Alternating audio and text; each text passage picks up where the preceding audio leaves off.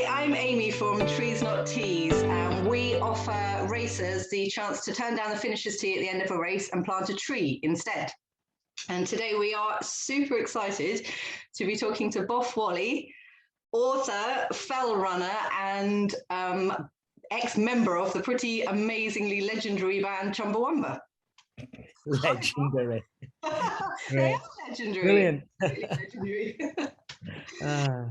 Can we start off talking about, or firstly, thank you very much for coming and talking to us at all. Thanks for asking me. It's good. Absolutely. Yeah. So can we start off by talking about your running? Have you always run, or did you come to it at a certain point in your life? I did bits of running at school, and then the year I left school, I think it was, or really shortly after that, there was a big, one of the first, what do you call it, mass participation marathons in Bolton.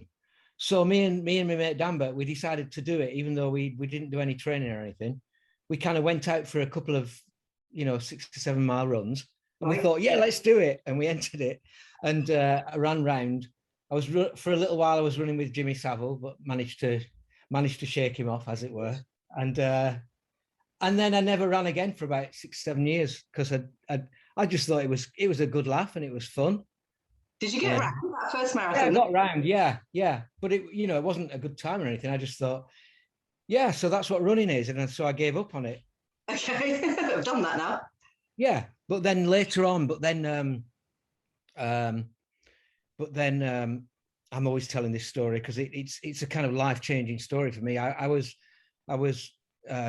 dad said, there's this thing called fell running. He showed me some photographs that he'd taken, and they're just like little guys with shorts on running up and down mountains near where he lived in Burnley. And he said, do you want to come and see one? And I thought, oh, go on then, I'll go and watch one. And it was a Tuesday night and it was raining, and we went to watch this fell race called Simon's Seat. And there were about 200 people in it. I'd never seen anything like it. The registration was in a barn, an actual barn with cows in it. And they were given numbers that somebody had done with a, just felt tip on pieces of paper. Brilliant. And I just thought, this is brilliant. It's so DIY. It's so down to earth and honest. And there was one guy who was in the race, because I was looking at, they're all different shapes and sizes, men and women. It wasn't this like athletic purity that I thought was athletics from watching, the Olympics and everything. Yeah. And there was this one guy who had a Mohican haircut and looked really scruffy. And I thought, I've seen him at punk gigs around Leeds.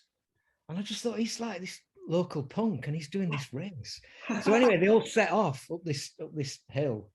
And, 40 minutes later or whatever, they all come back covered in mud and everything. Yeah. But the guy with the Mohican won the race. Oh. By about a minute.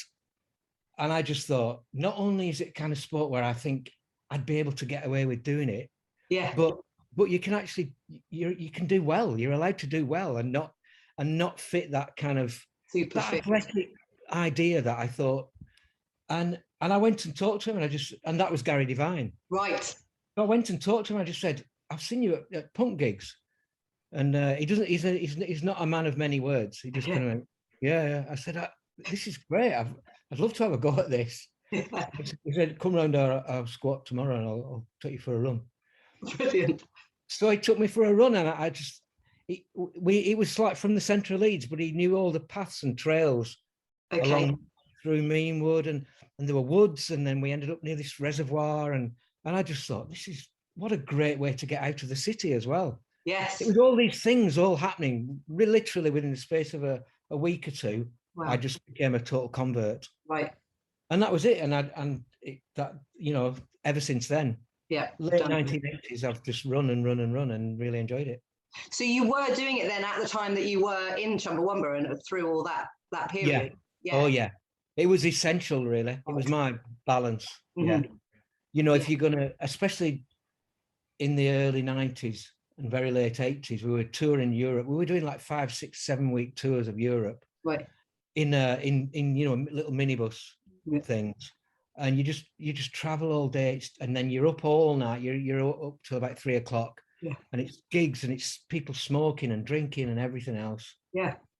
And I could just get up in the morning, and look around, look outside the van or wherever we were, and think there's a park there, or there's some trees there, or there's a river there, and I'd just head for it. Brilliant.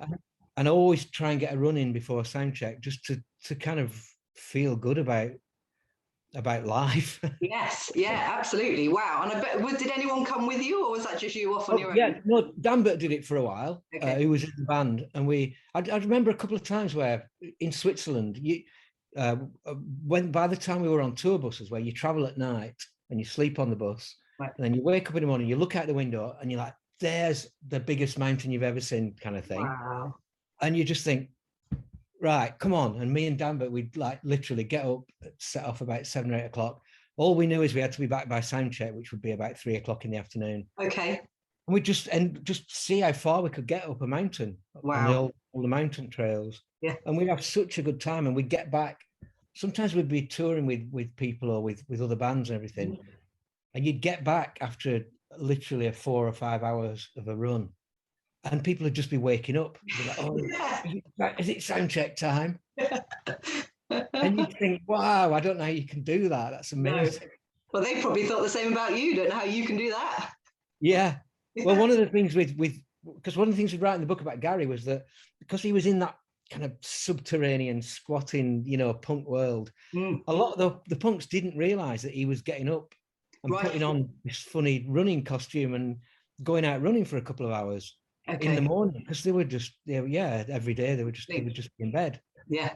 So I went and interviewed some of these, and they were like, yeah, I didn't realize he was that good. I didn't know he were. They were like, I knew he went running, but I used to see him sometimes in these funny tights. What are you wearing them for? And I love all that, because it reflects on how it was for me, and that balance was just really important. This is the book that we're talking about here. This is with Divine. Yes. We're going to be doing a giveaway of this book on our Trees Not Teas channels, so keep your eye out for that. We'll talk a little bit more about that later, but that's who Boff's talking about there, this amazing guy. So from what you're saying about fell running and the whole sort of DIY ethos, I would imagine it sounds like in fell running, there's probably not so much in the way of finishers t-shirts and that kind of thing, or do they have that? Yeah, they used to.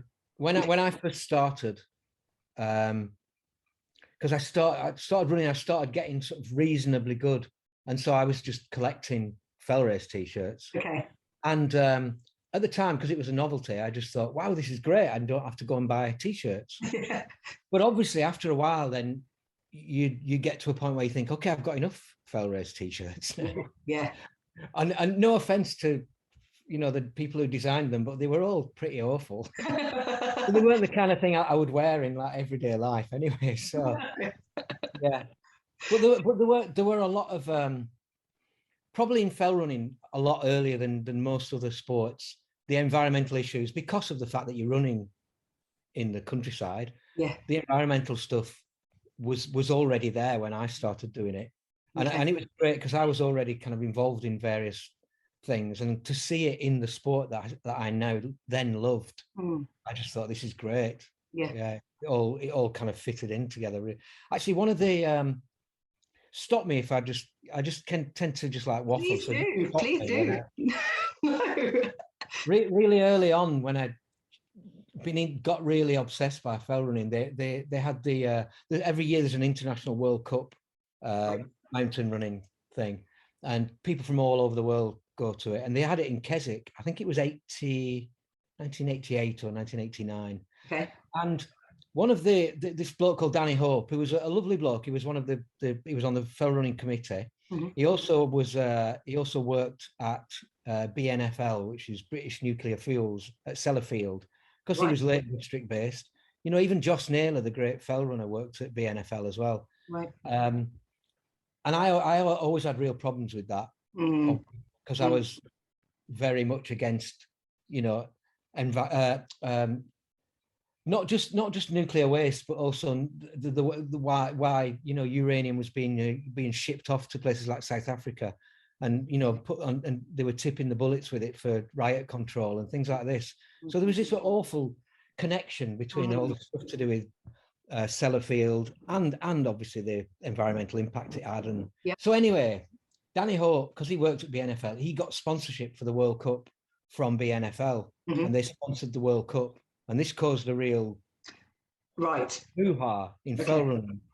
I mean, a lot of people wouldn't have cared. They just, we wouldn't even know what BNFL was. But I remember writing letters to the Fell Runner magazine and other people who I knew who were interested in that sort of thing being outraged. Yeah. And it became an issue, and it was debated on the pages of the Fell Runner magazine, and it was actually they did sponsor it, but it caused enough of a kind of debate. Yes. That it made people aware of it, and it also made race organisers aware of thinking, yeah, I probably can't do that again. Yeah. Yeah. Which is really good. And I think, and obviously then there was other environmental things. At one point, when the water boards kind of took over, they reclaimed a lot of the land around all the reservoirs, and they tried to stop some fell races. And in classic not in my backyard style, a lot of fell runners were really outraged about this, because how dare they cancel fell races? But then it brought up all the environmental stuff about the impact that we have on the land, and who owns it, and why they own it, and all that. So it was always tied into fell running. So that's another thing I really love about. Yeah, they'd already brought that awareness to the forefront of the sport. Yeah. Okay, so just then, thank you for telling me all that. In terms of, so what we're doing at Trees Not Teas, this idea of offering the option of turning down that finisher's tee and planting a tree instead, I'm assuming you're on board with that idea? Absolutely. Of course, yeah.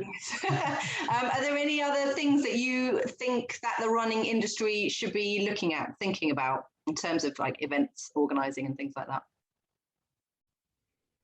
Well, I think that the fact that a lot of not necessarily just in fell running, but in like ultra running and anything basically where you're running the landscape, I think that this great growing awareness that's gone hand in hand with a general public cultural awareness, and it's bound to impact on sport. So I think that people, obviously people like Damien saying, having to think about how often you travel, where you travel around the world on airplanes to do races and all that sort of thing. I think that's all really important. I think it's really important that we're trying to encourage individual runners to take responsibility. Yeah. At the same time, I have this other thing, which is that I think that with something like Trees Not Teas, what it feels, one of the reasons I like it is because you're not necessarily saying, runners, it's your fault. No. You do it. You're saying, organisers, you have a responsibility as well. And that goes right up the the tree to governments and to corporations. I think we have to remember that those people who do organise our lives can change things for all of us, for the in the same way as we were told to wear seatbelts or not smoke on buses. Really sensible things that kind of culturally we all accept them. Yes. Even though we're told to do them and it comes from above, we all think, well, that's actually really sensible. So I think there is a big responsibility for organisers to think, I don't need to hand out 500 T-shirts. Why don't I just do something really, really useful? Yeah, a culture shift. Yeah. So how does it work in terms of who does get the choice to say, I would rather trees, not teas? So any race that signs up. So we spend a lot of time talking to race directors and trying to get them to sign up, which is a very, very easy win-win thing for them, because all they literally have to do is put an extra box on their registration form for their runners saying, do you want to opt out of the finishers tee and get a tree instead? And then whatever they were going to spend on the finishers tees, they just spend on trees instead. So it's a very, very straightforward process for race directors. I suppose then they probably want to publicise a bit that they're offering that option to their runners, but they'll all see it on the registration form. So Brilliant. Because that, giving them the option and giving the runners the option is also a way of just starting the conversation. Yeah, exactly. Rather than suddenly someone does a race and there are no t-shirts. Exactly. Yeah. They're Yeah. seeing that It's the choice. He's made a positive. Yeah, that's really good. Because as you said, when you first start running, those t-shirts are very meaningful to you, and you may very well want them and wear them. It's more the people at the other end who've already got 25 and really don't need another one, you know, that kind of thing. Absolutely. Have you done anything personally to make your own running more sustainable? Any sort of different choices that you've started making, or do you feel like you've always run in quite a sustainable way? Yeah, I think I have, and I think it's probably the nature of the sport. It was it was given to me on a plate, really. You know, the whole thing about how I've always been, and fell running when I first started it was really was not equipment based at all. Right. And when I first started, I asked someone, I said, so what kind of things do I need to do a fell race? And they were saying, basically you need a pair of shoes that have studs on, and if you're doing a long race, get a bum bag. Right. And I was like, is that it? Like, yeah. And I just thought, that's fantastic. Yeah. You know, because, you know, if you get into cycling, you know, it's a never ending spiral of things. And so you would have to think, where's this come from? Who's manufacturing it? Why? And I wear these shoes called Walsh fell running shoes, and it's a traditional Bolton company. Right. They're all done on handmade lasts and everything.